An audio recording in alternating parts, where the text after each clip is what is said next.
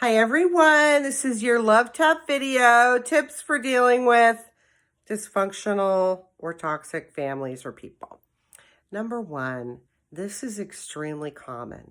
The research indicates between 70% to 96% of American families fall under the heading of dysfunctional for any number of reasons.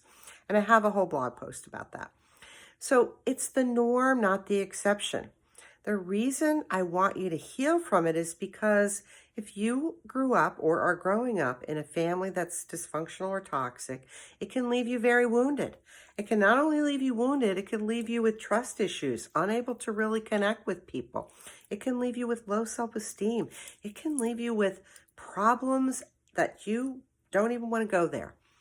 So the thing about a dysfunctional family is, A, you don't have to repeat the cycle in your future, and B, you can actually heal and grow and develop from it and have an amazing life, even though that was very painful and hard. So you make a decision. So here's some tips for you if you're healing from a dysfunctional or toxic family. Number one, you want to own it and claim it.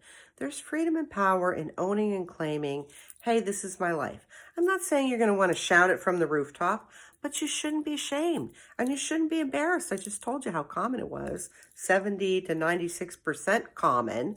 So ditch any shame or embarrassment, own it, claim it. And I want you then next to make a commitment to heal. You make a commitment to heal, and then you're going to get in action. I'm going to give you some actions to take. So the overall umbrella that you're going to get under is growth and development, which is very fun, very cool.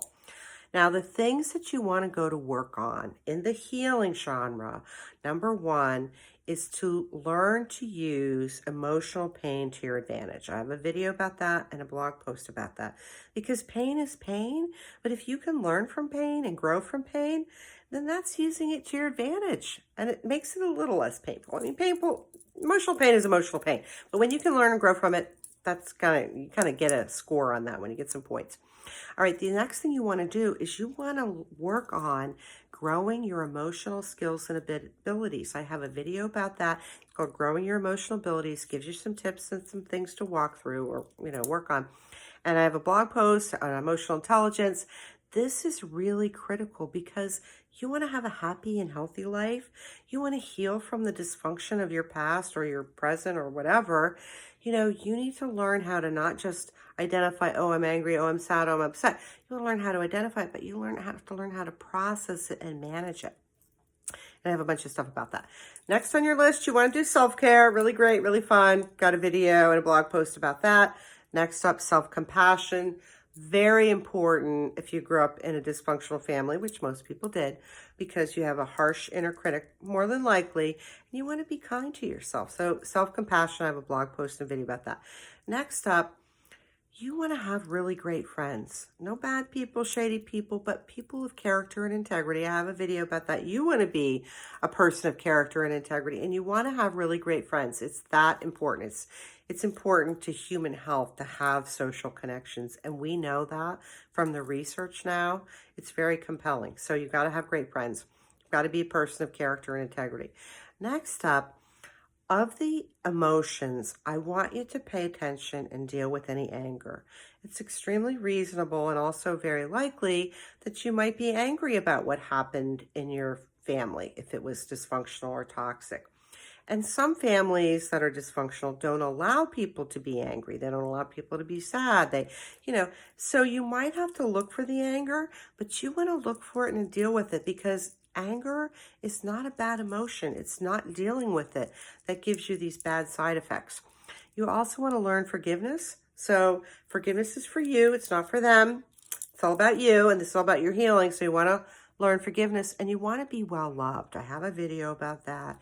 And so if you grew up in a dysfunctional or toxic family, as most people have and did, you're going to want to go to work and heal yourself so you can be well loved and let love in and have love and share love and be happy and be healthy. And I certainly recommend through this whole process that you have a reward system because you're going to need a little motivation. You're going to need some things to spur you on. And I have a blog post about a reward system. I have a video about a reward system. I'm a huge fan of reward systems because they work. They really work. And when you're trying to change things, you need a little things to keep you on your way. So I hope that's been helpful. Having had a dysfunctional family or toxic family or people does not have to leave you with traumatic baggage or all this negativity. You can heal and have a wonderful life. And I'm here to help you get there. So let me know how I can help you. Take care.